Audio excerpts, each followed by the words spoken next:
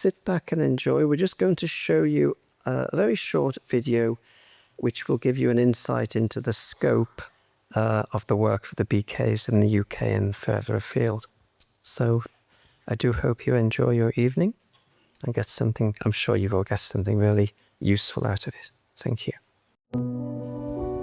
The British Isles, a land of ancient kingdoms, united as one, where religious, spiritual, and mystical traditions have woven a multicoloured tapestry that tells a story of faith, devotion, and reflective inquiry. For over 50 years, a new voice has been offering insights into the eternal wisdom of India. Raja Yoga meditation, interpreted for modern times, uniting the soul and the supreme soul, bringing communities together, serving society through collective meditation, through talks, workshops, seminars and conferences that restore inner harmony so needed in these complex and delicate times.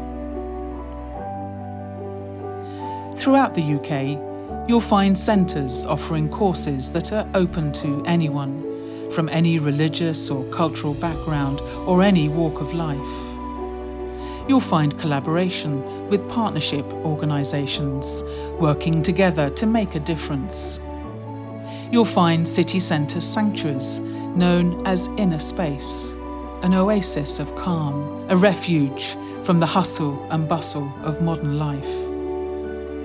You'll find meditation centres offering daily classes in knowing yourself, becoming a better you, discovering your soul purpose and your unique contribution towards making the world a better place for all. You'll find retreat centres where participants can take a sideways step from their everyday lives and immerse themselves in a deep peace that heals and uplifts the soul. The organisation that holds all this together is the Brahma Kumaris, affiliated to the United Nations as a non-governmental organisation. It's the largest spiritual organisation in the world for men and women to be led by women. With a network of teaching centres serving individuals and communities in over 120 countries right around the globe. Run entirely by volunteers, supporting thousands of people of all ages, helping them to find fulfillment on their spiritual journey, to find a place of stillness within, to find a place of inner strength and hope. With an intention to serve, these gifts of peace are shared free of charge, offered with love, given from the heart. Find your next step. Find your everyday calm. Find your inner light. The Brahma Kumaris. Meditation made easy.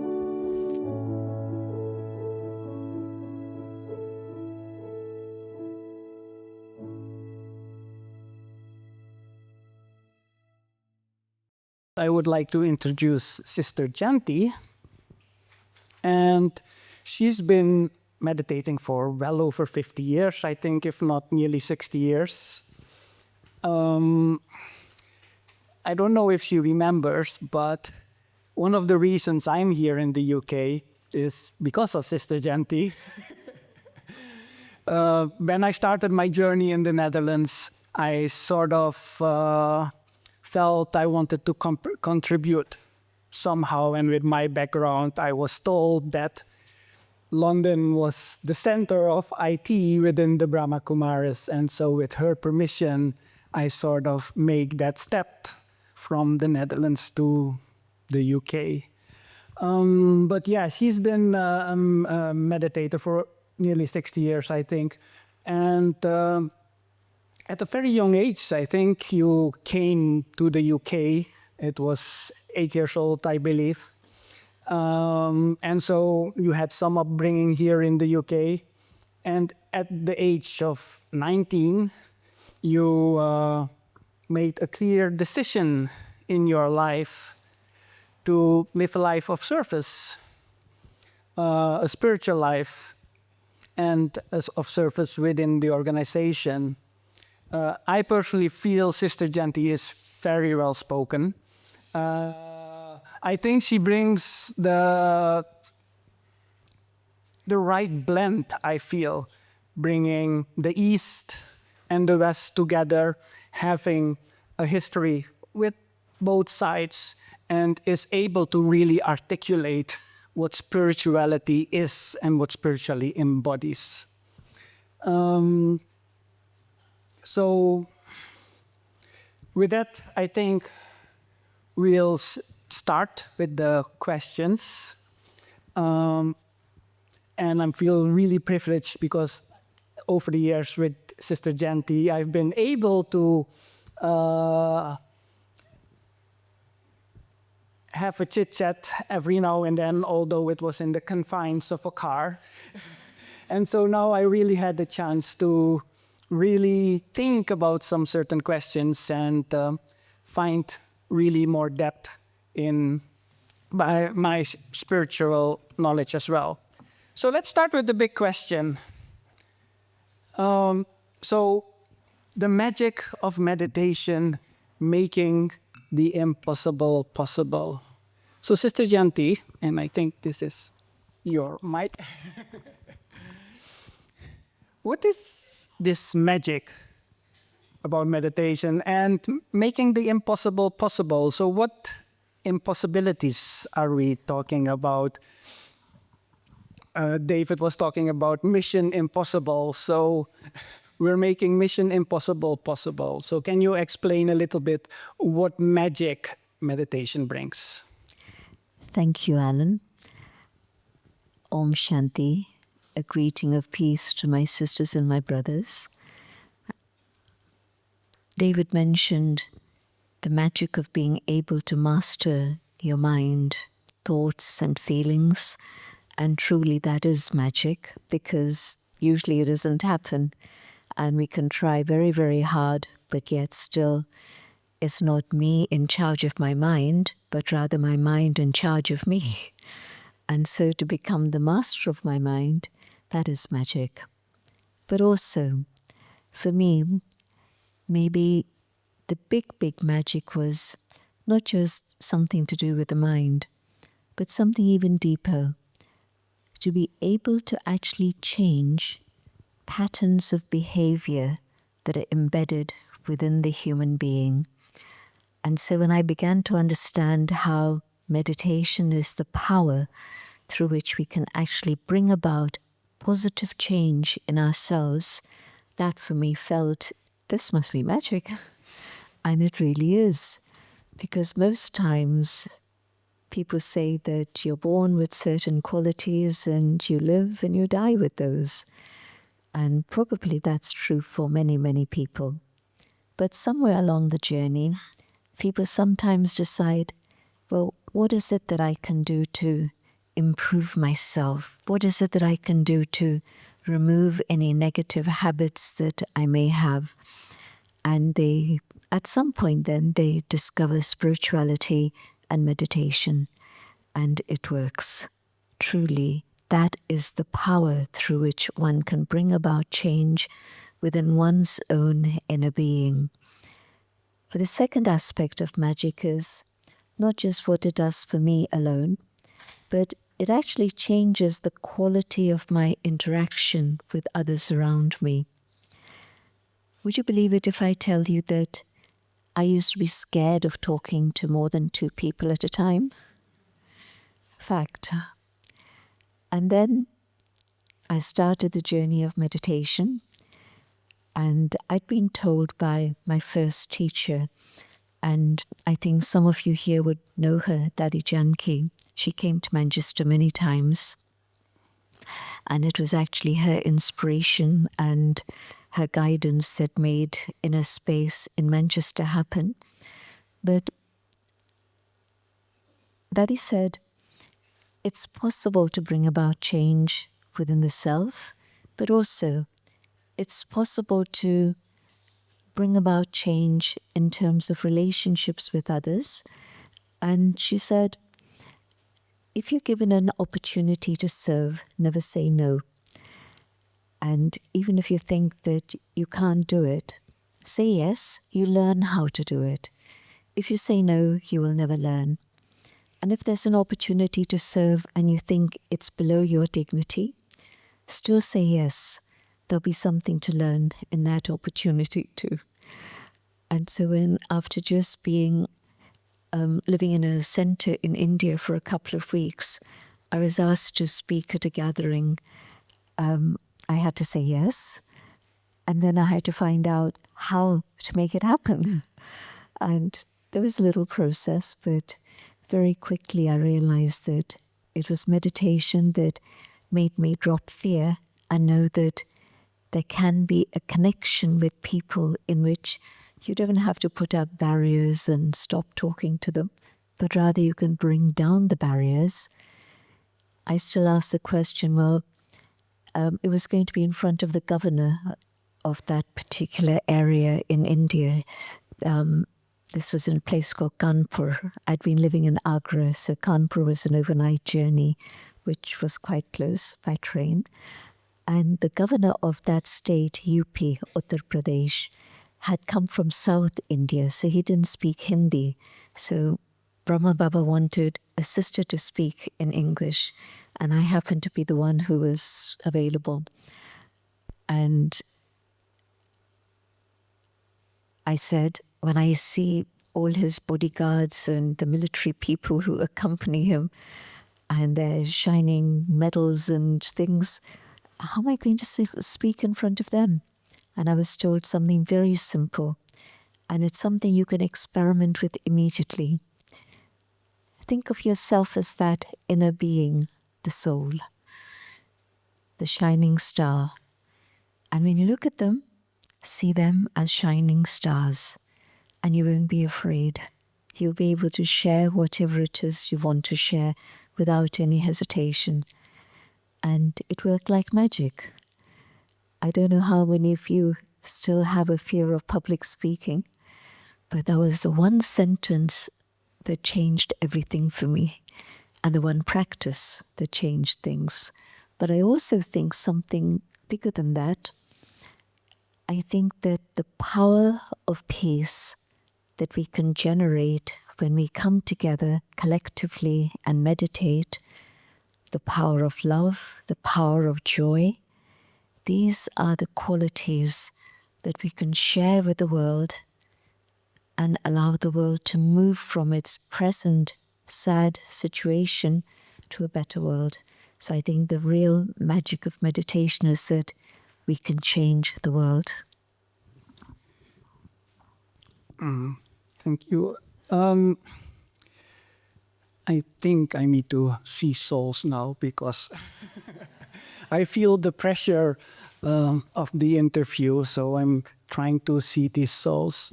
But what Sister Jayanti says about transformation, there's one thing I forgot to mention actually in her introduction, but it highlights the transformation she herself went through, is that Sister Jayanti is actually the co-administrative head of the Brahma Kumaris and the regional coordinator of Europe and Africa. So, sorry, Middle East, that's right. So yeah, from 19 years old all the way to administrative head. But I just wanted to pick up on one thing that you just mentioned. Like I mentioned, we need to see these souls. Can you tell a little bit more about the soul and how it would help me seeing that or visualizing that? We're so aware of our physical identity, but we very rarely think about our inner identity. And I think that the inner identity is actually more important than the physical one. The physical one, well, many others can fit that description of your height, your weight, your color of your hair, which can change from one day to the next anyway.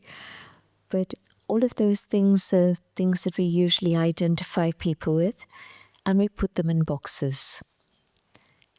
And yet, in fact, every single human being is totally unique.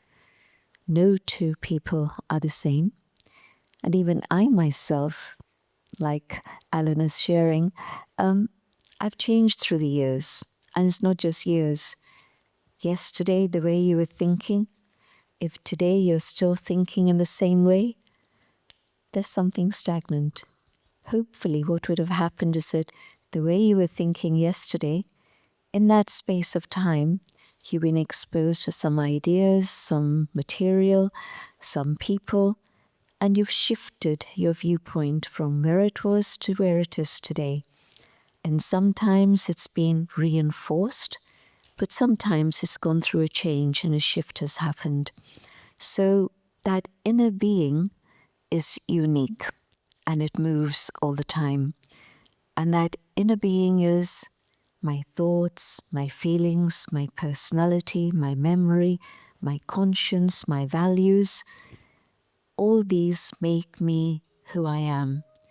And all of this is the inner being, the soul. And so can I come to that awareness of the being that I am here within. I don't want to go into more detail of that, but my hope is that you'll want to explore these ideas further and find out more. But just that awareness that there is an identity that I have which is not physical, because I am not physical. My thoughts are not physical. Can I measure my thoughts? Can I weigh my thoughts? If you look at a flower and you say it's beautiful, are you measuring it by the length of the stem, by the diameter of the flower? You're not. And yet something within that flower is telling you it's really beautiful. And so there are things that are intangible, yet are very, very valuable and important. And so the inner being, the soul, I can't touch it, but I can feel it, because that is who I am. My thoughts, my feelings, my beliefs, my conscience, the personality that I am, all of that is part of this inner being. And so that's what we call soul. So would this be a good time to go through that experience when you can kind of guide us to that experience? But before we do that, can I get a show of hands of people who have never meditated before? A few hands.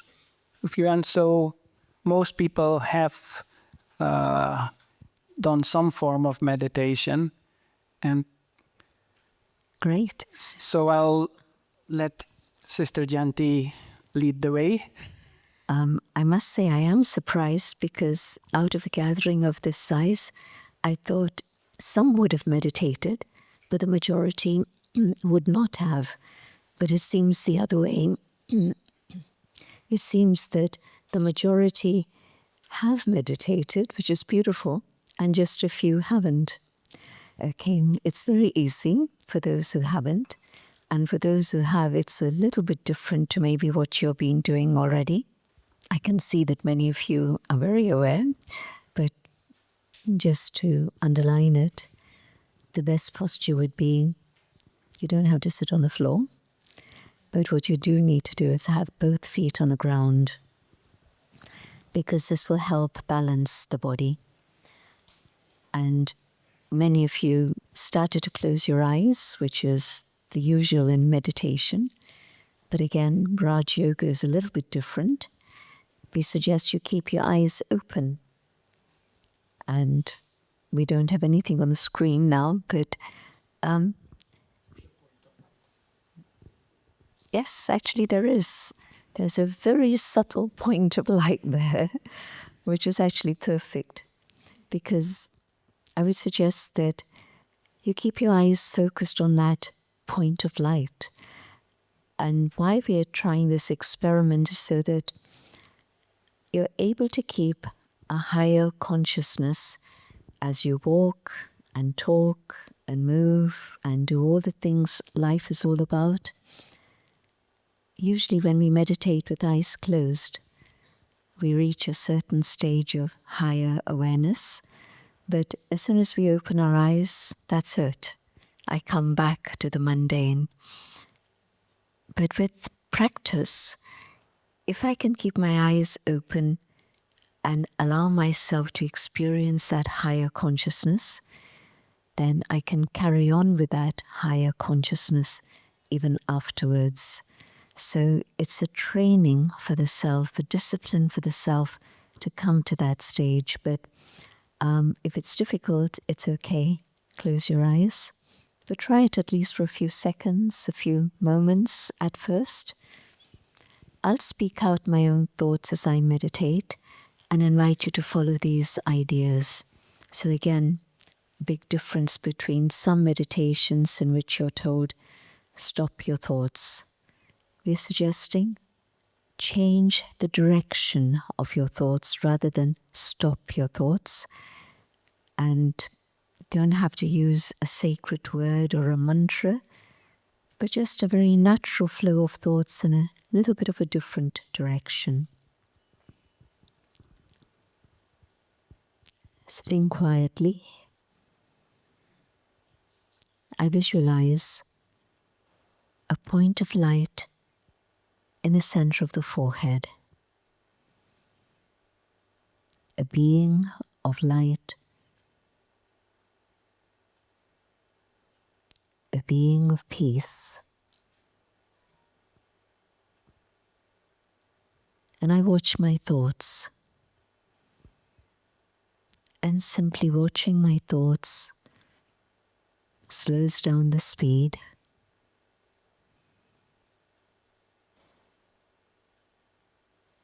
And I select one thought. I select the thought of peace. And in this awareness of peace, it feels natural. It feels comfortable. I begin to feel peaceful.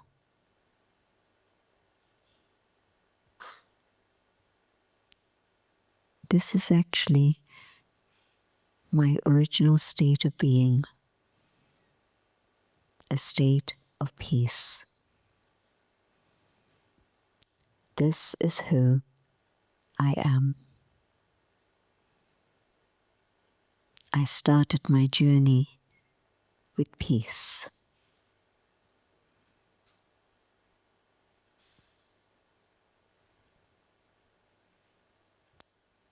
Peace is not empty or passive. Peace is powerful. Peace can change my way of thinking. Peace can reach others. Peace can reach out into the world.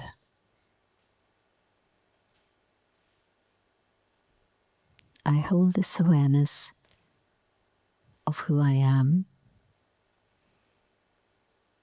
and I come back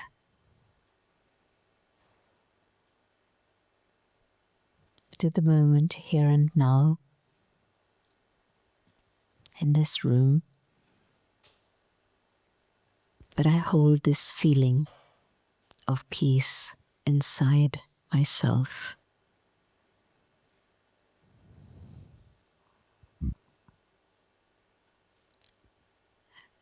Thank you.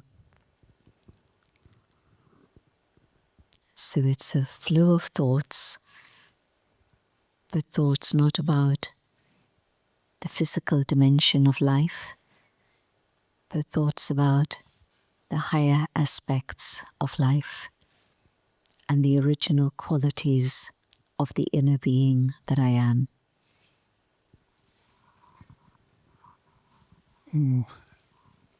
That was really nice. I don't feel like talking now. Can we do another round? We will in a short while. Who enjoyed that? Oh, yes. Very good. It's clear that you are meditators because, again, if it's first time experiment, it doesn't always work so well. It takes more time than we took now. We took just a few moments now, but usually it takes a little bit of practice to come to that actual feeling. But because all of you were meditators, it's lovely that you had that experience very quickly. Yeah, and basically, like you mentioned, it takes a little bit of practice. So my question is, how do I know that I am doing it in the right way? Because like you mentioned, it takes a little bit of practice, so I may not see progress in my meditation in itself, and so I might get disheartened or thinking that I'm doing something wrong. So how do I know that I'm doing it right? And do I know when I'm having a negative thought? I can feel it. I'm becoming critical of somebody. I'm thinking not such good things about them. So it's not just a thought, it's a feeling that I get. Because my thoughts create feelings. And so if I'm keeping my thoughts related to the original being, the eternal identity of the soul, and I think about the original qualities of the soul, and I begin to feel those, I'm on track.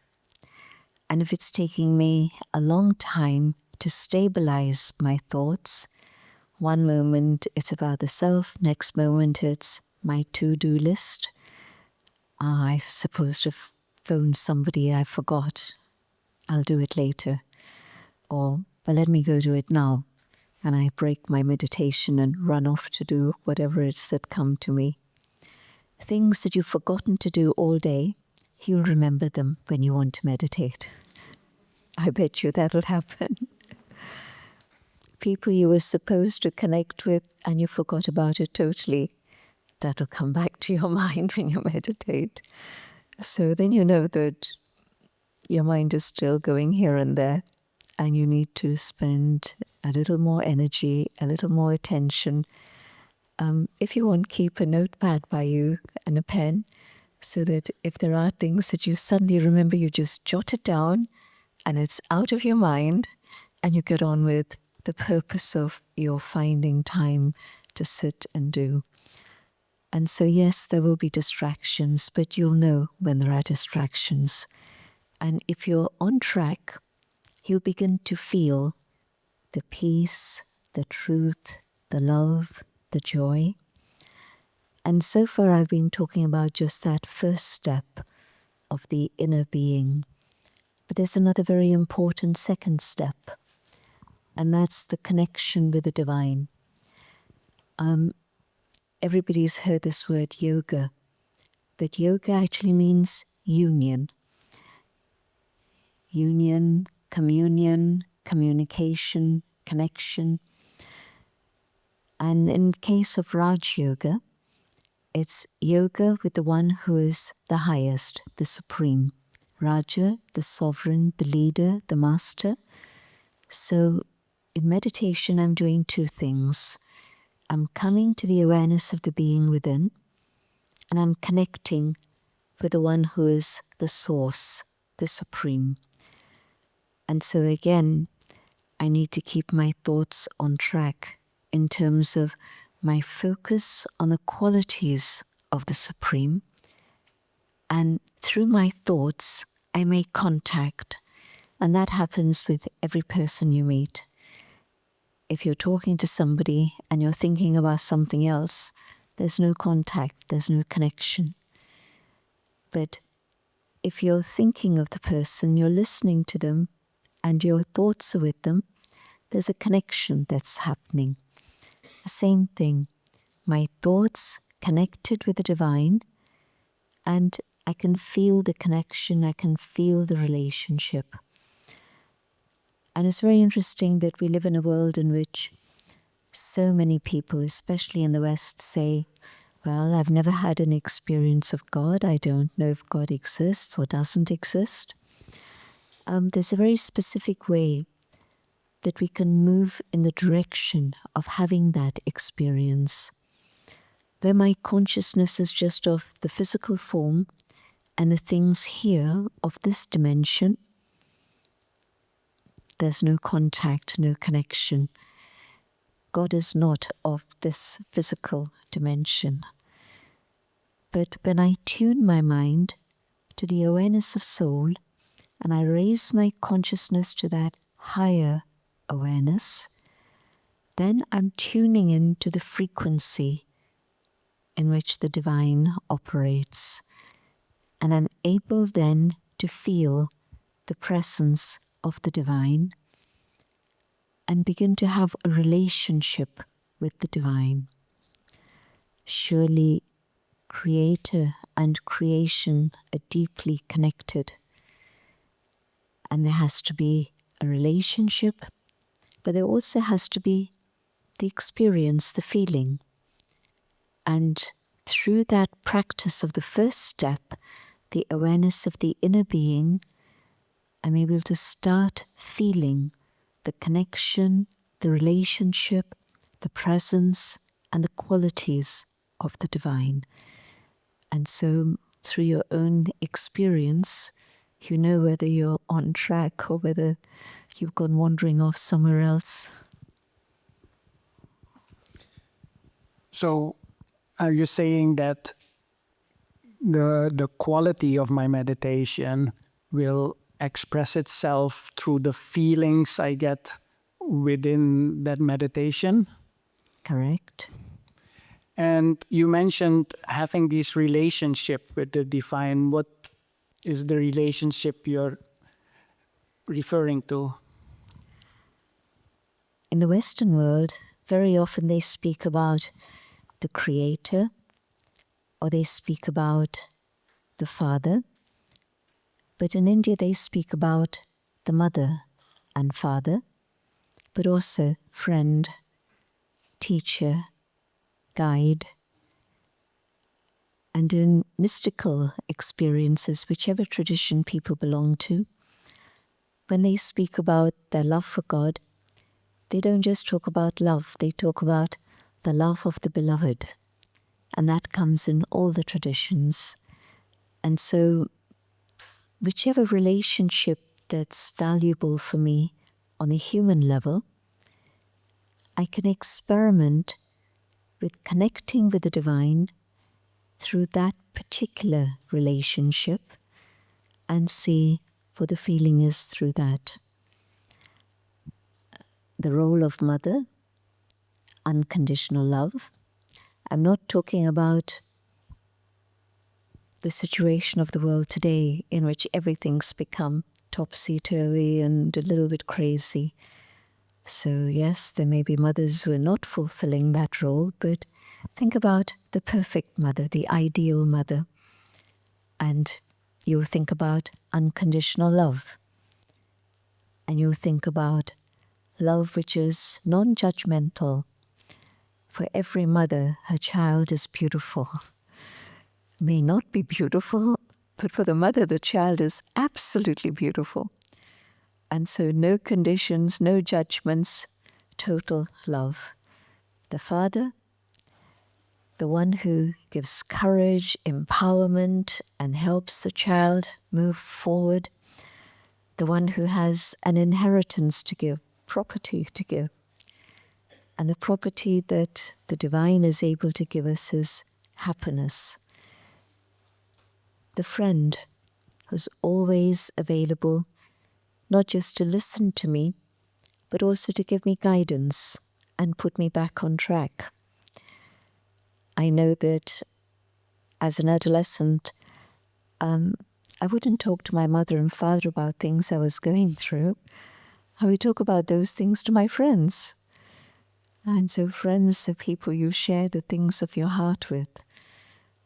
And so the divine can be my friend, my companion, definitely my teacher, the one who has infinite wisdom and is able to share that and help me understand what's going on in the world around me and what it is I can do at the present moment.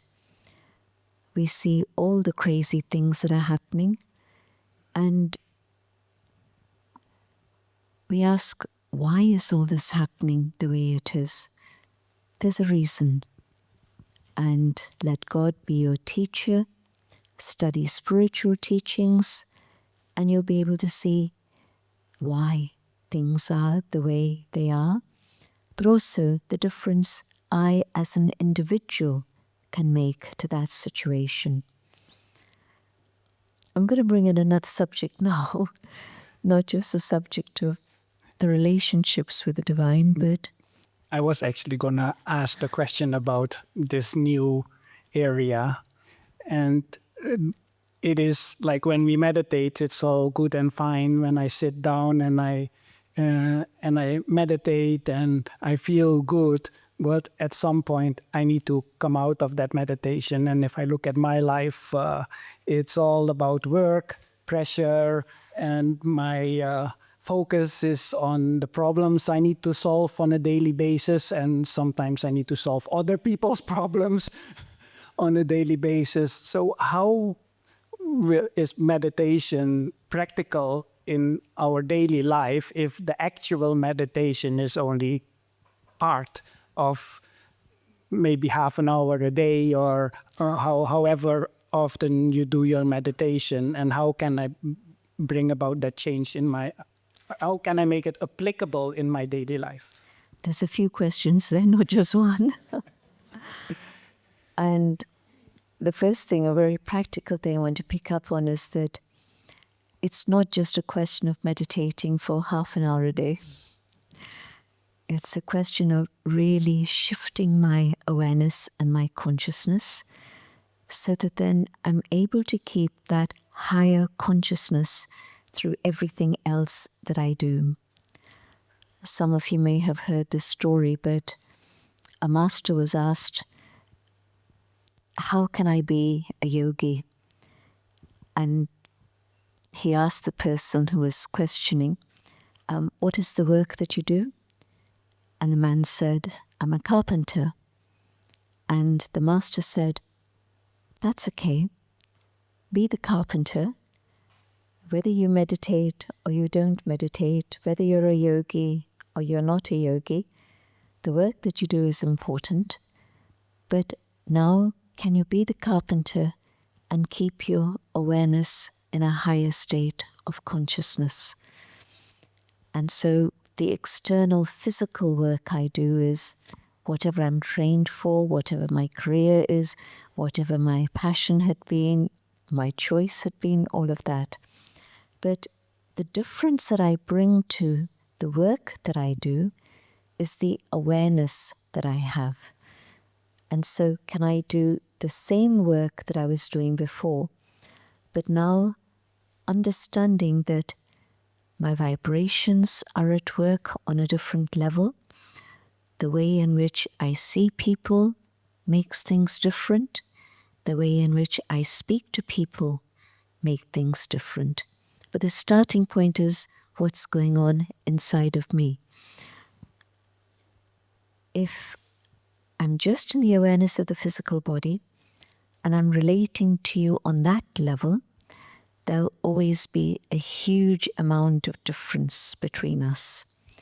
Gender, age, color, race, all of these things.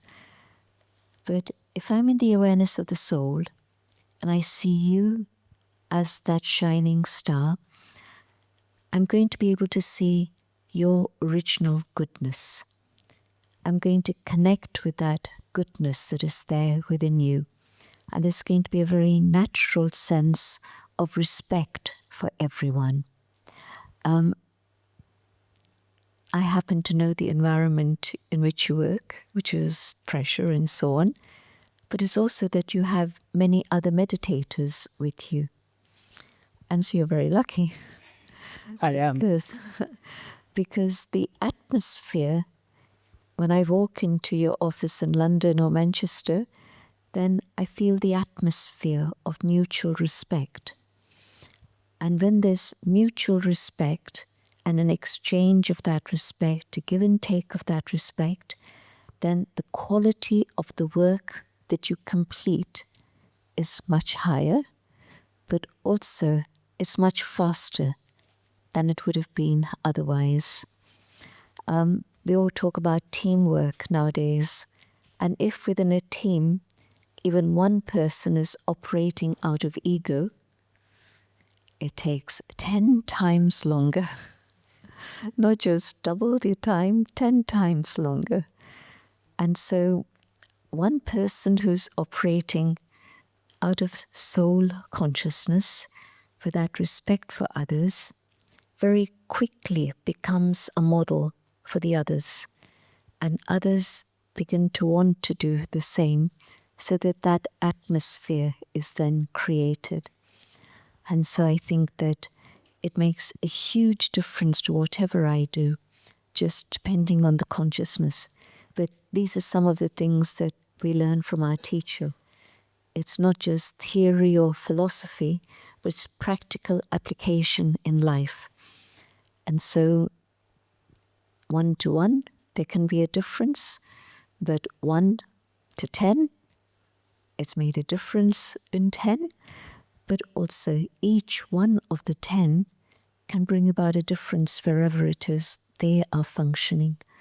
And so things ripple out in a very beautiful way. Because the other thing I had is like there are so many things happening in the world right now. So personally, I feel, and I know quite a few people around me, they feel overwhelmed with those type of things. Is there a way, because it's sometimes feel like it happens at such a rapid pace and that there's nothing we can do about it.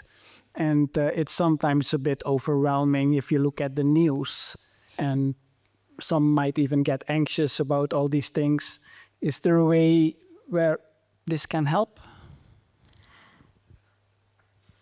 I was in Iceland a little while ago, just early in May, and the president of Iceland had come to a program, and the program's called The Spirit of Humanity, and you might want to have a look at the website. It's Brahma Kumaris plus many other partners who do this every couple of years. And in this particular program, we had the president of Iceland come, and she spoke about how all the problems that human beings are facing have been created by, who do you think? Human beings. And human beings have been trying to resolve all those problems from outside. But she said it's not working. Maybe we have to try changing things inside. Then they can start working. Ego, anger, greed. Can you imagine? With 8 billion people on the planet, a little bit of ego, a little bit of anger, a little bit of something, something, something, multiply that, and you begin to get a sense of the overwhelming negative energy that exists in the world. I was reading a very sad story, just very short. You've heard about the crash that happened a couple of days ago. Apparently, that flight had problems when it was coming from Delhi to Ahmedabad, and it was delayed by 2 hours. But in 2 hours, you can't fix technical things that are very complex. And they showed a photograph of a screenshot that was taken, and there were problems there already. And so, what is that pressure that exists in human minds that says money is more important than anything? Never mind, we've sort of fixed it. We'll still use that plane. True, false, I'm sure investigators have to find out. But the fact that this sort of story can even be around, now, I don't know whether it's true or false, but that's the story I read. But it just gives you an indication of how human minds are functioning at this moment. If it's a false story, how can a human mind create such a story? And if it's real, how can human minds make such a decision? But there's just one immediate situation in which huge tragedy, but it's the inner consciousness that we're looking at. How can these things happen in the world? And so the clear answer is, like this woman was saying, we have to start looking for the answers within. And what's happened is that when we're aware just of the physical form and not aware of the inner being, the soul, we lose contact with the values that lie inside the soul. Values aren't in my hands and my feet. They're in the inner being. Peace, love, truth, joy, purity, all of these qualities are inside. And when I forget about the soul and it's just materialism, materialistic identity, I lose touch with those inner values. Can I come back to those inner values through that inner journey of the awareness of the inner being, the soul, together with some time in silence, which I begin to see what are those qualities within. And when I start practicing these, then I feel that peace and truth, and I begin to use those qualities in my life. So the president is a meditator, and so it was from her experience she was speaking. And she's not just the president from a political level, but she's had long years of experience in corporate life, and then at some point changed to politics. But when you meditate, what you're doing is going deeper and deeper inside to connect with those true qualities that are there in every single human being. Which is why it's not a fairy story, but goodness always wins. Evil comes when there's ignorance. Evil isn't an entity on its own, but it comes when there's lack of awareness, lack of knowledge. But once you become aware, and there is that understanding, you tap into the goodness within. And in meditation, connecting with the source, the influence of the divine is allowing that which is inherent within me to emerge and then be expressed also. Thank you, Sister Jayanti.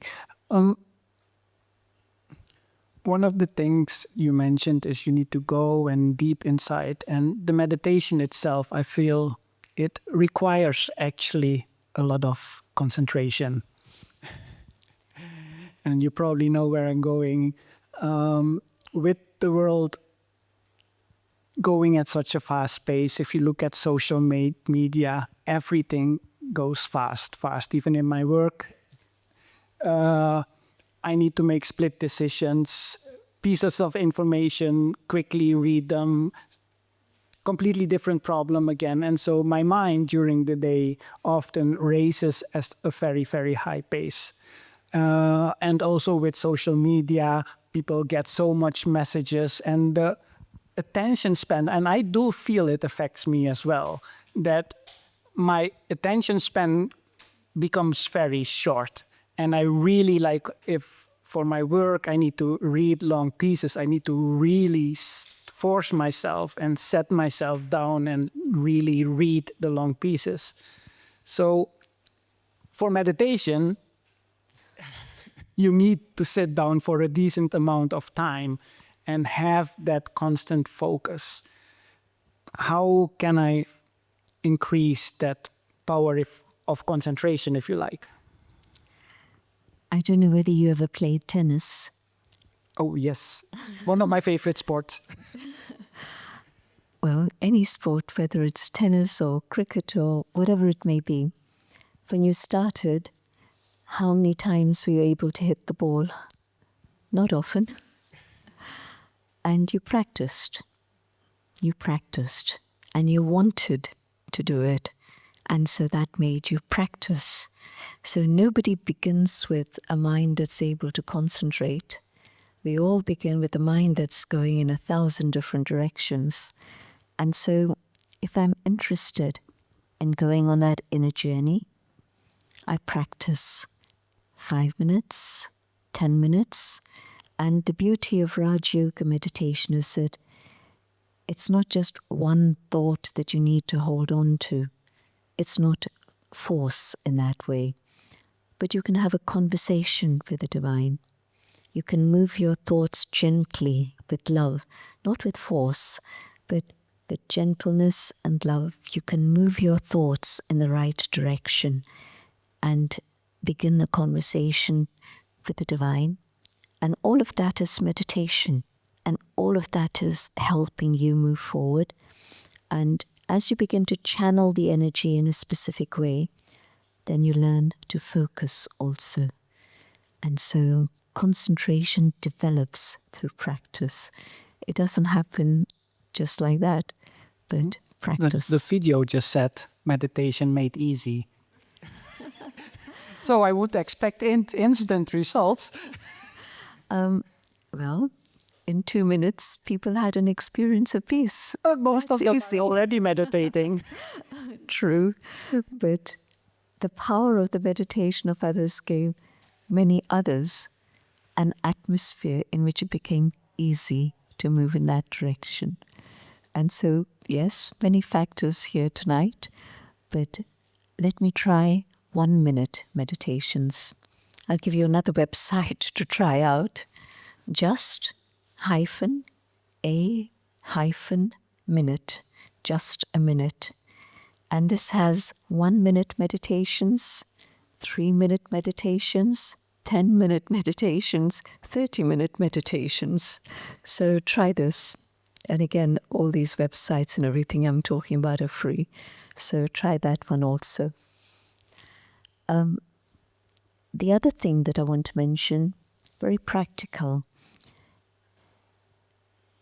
I'm sure everyone's got a device in their pockets, but maybe you can set it in such a way, there's various apps that are available, so that it reminds you every hour, on the hour, just with a little bleep. And for just a minute or 2 minutes, you just go on that inner journey and let your thoughts come back here. Whatever it is that's spinning around, well, fine. But for 2 minutes, set that aside and just go inside. And every hour, 2 minutes, and you find that it makes a difference first, maybe for the next 10 minutes. And gradually, as you go on, it starts making a difference for the next 30 minutes, and so on. But definitely, just a very simple trick to practice every hour, on the hour, just for 2 minutes. Yeah, it's true. In our office, like Sister Jayanti was mentioning, that a few of our meditators work together, and we have what we call traffic control in our office. Means that every hour on the hour, music plays, for anywhere between 1 to 3 minutes. And it's optional for people who feel like they can just take a minute break from their work and focus, and then after a minute they continue to work. And I admit it really, really works. I'm just looking at the time, and we are already at the end of our session. And before we finish off, I think it's a good point for Sister Jayanti to lead us in a last meditation. Thank you for your questions. All right. Yeah. Let the body settle so that it's comfortable and doesn't distract you. I visualize a point of light in the center of the forehead.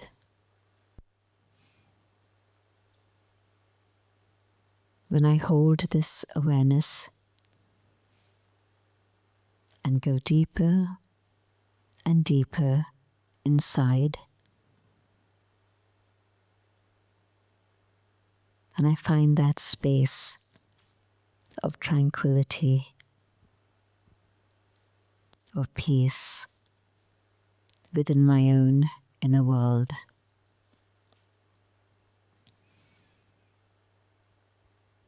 And I begin to realize that this is truly who I am, the inner being, a being of light.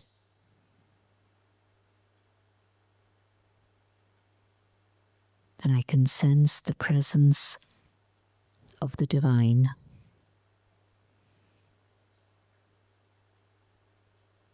I connect with the source of peace, of truth, of love.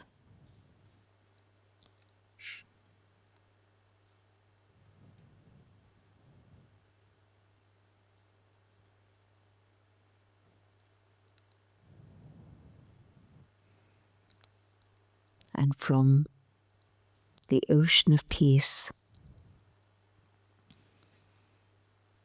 the waves of peace touch the soul.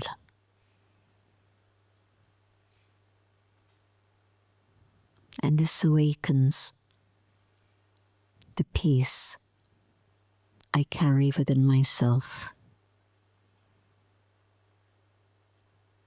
I had forgotten that now I remember. Peace is my original state of being.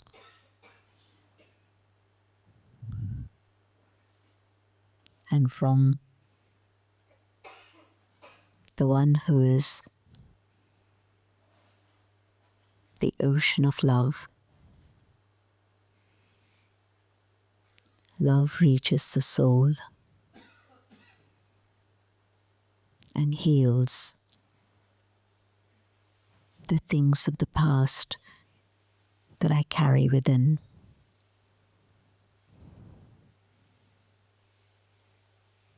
And as this pure love begins the journey of healing,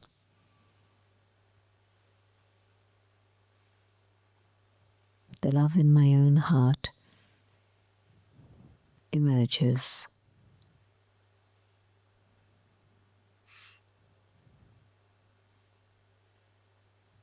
I'm connecting to the source of truth, the being who is absolute truth. And from the source, the power of truth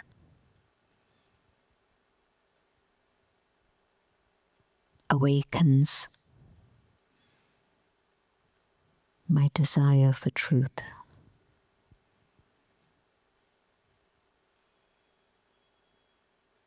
and the falsehood begins to dissolve.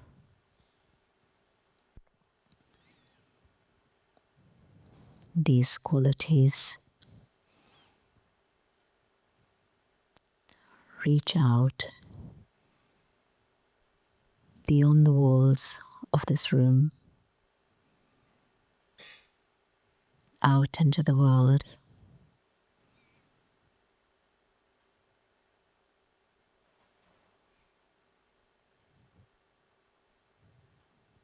And souls in the human family who seek these qualities are touched by them.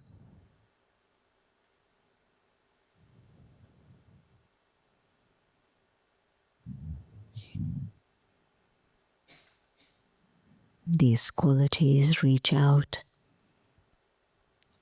to the animal kingdom.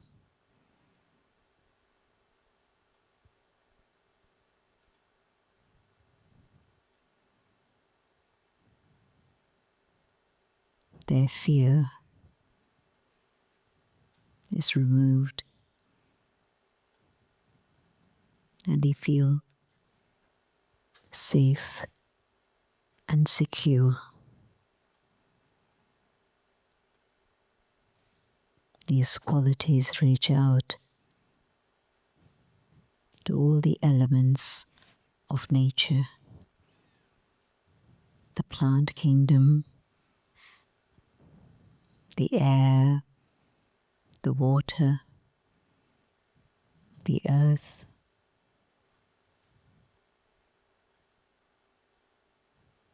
and harmony is restored within nature itself and nature and the human family.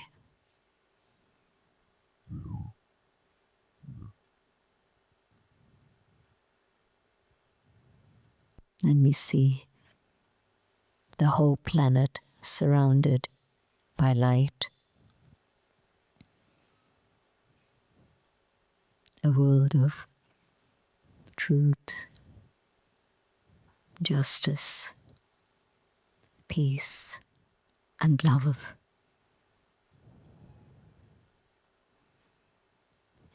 I hold this vision, and I remind myself of this every day, so that each day I can contribute to making this world of light become a reality for all of us.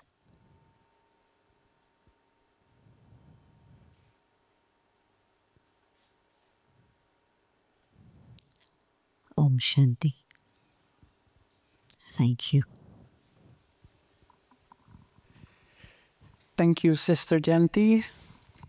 I have a ton more questions, but unfortunately the evening is over. But thank you so much for being here with us.